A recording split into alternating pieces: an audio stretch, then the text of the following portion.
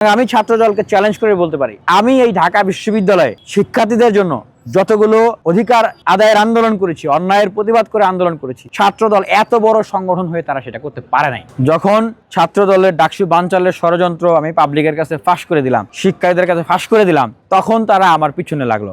আমি গুপ্ত রাজনীতি সমর্থন করি। নির্বাচনের তফসিল দিয়ে দিল, হঠাৎ করেই ছাত্র দল তাদের হল কমিটি প্রকাশ করলো। কেন? এটা সুস্পষ্ট যে তারা ডাকসু নির্বাচনকে বালচার করার জন্য এটা করেছে। এতদিন পর্যন্ত প্রত্যেকটা ছাত্র সংগঠনই কিন্তু হলগুলোতে কাজ করেছে, মেয়েদের হলগুলোতেও কাজ করেছে। ছাত্র দলও মেয়েদের হলগুলোতে চিকিৎসা সেবা দেওয়া, কুরবানির মাংস খাওয়ানো, পানির ফিল্টার দেওয়া, এগুলো করেছে। আমরা বেন্টিং মেশিন দিয়েছি, ছাত্র শিবির পানির ফিল্টার দিয়েছে, অনেকেই কাজ করেছে। তাহলে হঠাৎ করে এখন কমিটি কেন দিতে হবে? যেটা তো একটা সোশ্যাল কন্ট্রাক্ট ছিল আমাদের অভ্যুত্থানের সময়ের, যে কমিটি দিয়ে এইভাবে করে কাজ করবে না। তাহলে কেন সোশ্যাল কন্ট্রাক্টে ব্রেক করতে হবে? গতকালকে মিটিংয়ে ছাত্র দলের সাধারণ সম্পাদক নাসিরউদ্দিন উনি বলেছেন যে এই সময়ে কমিটি দিলে এরকম পরিস্থিতি হবে, এটা আমরা জানতাম। তো উনি জেনে শুনে কেন তারা এই কাজটা করেছে? মানে বুঝতেছেন না জেনে শুনে কেন এই কাজটা করেছে? এই কাজটা করেছে, এবং একদিক থেকে তারা কমিটি দিচ্ছে, আরেক দিক থেকে আরেকটি ছাত্র সংগঠন তাদের নেতারা বলতেছে যে এটা বিরোধিতা করতেছে। ভালো, কিন্তু আবার আমরা দেখতেছি যে মিছিলের ভিতরে তারা কি করতেছে, এই যে ছিঁড়ে ফেলা, ভাঙচুর করা, ভেন্ডিং মেশিনের জুতা দেখানো, উস্কানি দেওয়া, এগুলো নেতৃত্ব দিচ্ছে। মানে এটা ভেরি ক্লিয়ার যে তারা শিক্ষার্থীদেরকে উত্তেজিত করে উস্কানি দিয়ে একটা সংঘাত সহিংসতা তৈরি করে এবারে মারামারি হইলো, মাথা ফাটাফাটি, আহত নিহত, এবার ডাকসু বন্ধ হওয়ার পরিবেশ নাই। এই ধরনের একটা পরিস্থিতি সৃষ্টি করার জন্যই মূলত ছাত্র দলের এই সময়ের কমিটি দেওয়া, এবং যে গণতান্ত্রিক ছাত্র সংসদ নামে যে সংগঠনটি আছে তার কিছু নেতাকর্মীরা এই ধরনের কাজটা তারা করেছে। যেটা আমরা পূর্বে থেকেই বলে আসছি, যারা ক্ষমতায় থাকে, যারা ক্ষমতায় আসবে বলে মনে করে, তাদের জনপ্রিয়তা না থাকলে তারা আসলে ছাত্র সংসদ চায় না। ঠিক এখন সেটাই ঘটতেছে। তবে আমি আমার জায়গা থেকে মনে করি যে ঢাকা বিশ্ববিদ্যালয়ের সবচেয়ে বড় শক্তি হচ্ছে ঢাকা বিশ্ববিদ্যালয়ের ছাত্রছাত্রীরা। ঢাকা বিশ্ববিদ্যালয়ের ছাত্রছাত্রীরা এখন ঐক্যবদ্ধ, যে কোনো ষড়যন্ত্র চক্রান্ত মোকাবেলা করার জন্য তারা প্রস্তুত। তারা ছাত্র সংসদ নির্বাচন চায়।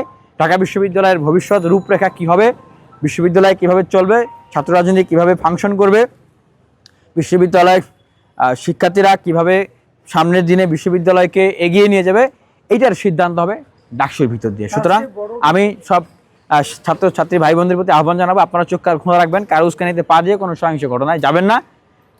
এই যে অনেক লড়াই করে, সংগ্রাম করে, অনশন, অবস্থান, প্রতিবাদ করে আপনাদেরকে সাথে করে নিয়ে এসে আপনাদের হাতে এখন যে শক্তিটা আমরা এনে দিয়েছি, ডাকসুতে দাঁড়ানো এবং ডাকসুতে ভোট দেওয়ার শক্তি, এই শক্তিটা আপনারা কাজে লাগান।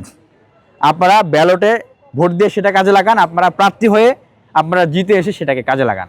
যখন ছাত্র দলের ডাকসু বানচালের ষড়যন্ত্র আমি পাবলিকের কাছে ফাঁস করে দিলাম, শিক্ষার্থীদের কাছে ফাঁস করে দিলাম, তখন তারা আমার পিছনে লাগলো। আমি গুপ্ত রাজনীতি সমর্থন করি। ভাই দেখেন, 2018 সাল থেকে কোটা সংস্কার আন্দোলন, নিরাপদ সড়ক আন্দোলন, ডাকসু নির্বাচন, 19 সালের বেশম গণরুমের বিরুদ্ধে প্রতিবাদ, শিক্ষার্থীদের আবাসন, শতভাগ আবাসনের জন্য আন্দোলন, জাতীয় নির্বাচনের সময় ভোটাধিকারের জন্য আন্দোলন, ফ্যাসিবাদ বিরোধী ছাত্র ঐক্য, অভ্যুত্থান পরবর্তী সময়ে চাকরির আবেদন ফি 200 টাকা করা, সেটার জন্য আন্দোলন, পিএসসি সংস্কার আন্দোলন, সর্বশেষ ডাকসু নির্বাচনের জন্য আন্দোলন। আমি তো প্রত্যেকটা আন্দোলন সংগ্রামী করেছি। আমি কি গুপ্ত থেকে করেছি? বরং আমি ছাত্র দলকে চ্যালেঞ্জ করে বলতে পারি, আমি এই ঢাকা বিশ্ববিদ্যালয়ে শিক্ষার্থীদের জন্য যতগুলো অধিকার আদায়ের আন্দোলন করেছি, অন্যায়ের প্রতিবাদ করে আন্দোলন করেছি, ছাত্র দল এত বড় সংগঠন হয়ে তারা সেটা করতে পারে নাই। তাদের ব্যর্থতা ঢাকার জন্যই তারা এই ট্যাগ দিয়েছে আমাকে। মিডিয়ার ভাইরা তো এখানে আসেন। আমি দুইবার জেল খেটেছি, 6 মাস 7 মাস সলিটারি কনফাইনমেন্টে ছিলাম। এরপরে কি আমি বিশ্ববিদ্যালয় থেকে নাই হয়ে গেছি? এই বিনিয়ামিন মোল্লা ঢাকা বিশ্ববিদ্যালয়ে এসে উন্মুক্তভাবে বুকের পাটা উঁচু করে আবারও শিক্ষার্থীদের জন্য আমি লড়ে গেছি, কাজ করতেছি। আপনারা কি দেখেছেন কখনো যে একবার বিশ্ববিদ্যালয়ে এসে মাইর খেয়ে কেলায়ে 1 বছর আর খবর নাই? এরকম পরিস্থিতি আমাদের কখনো হয়েছে?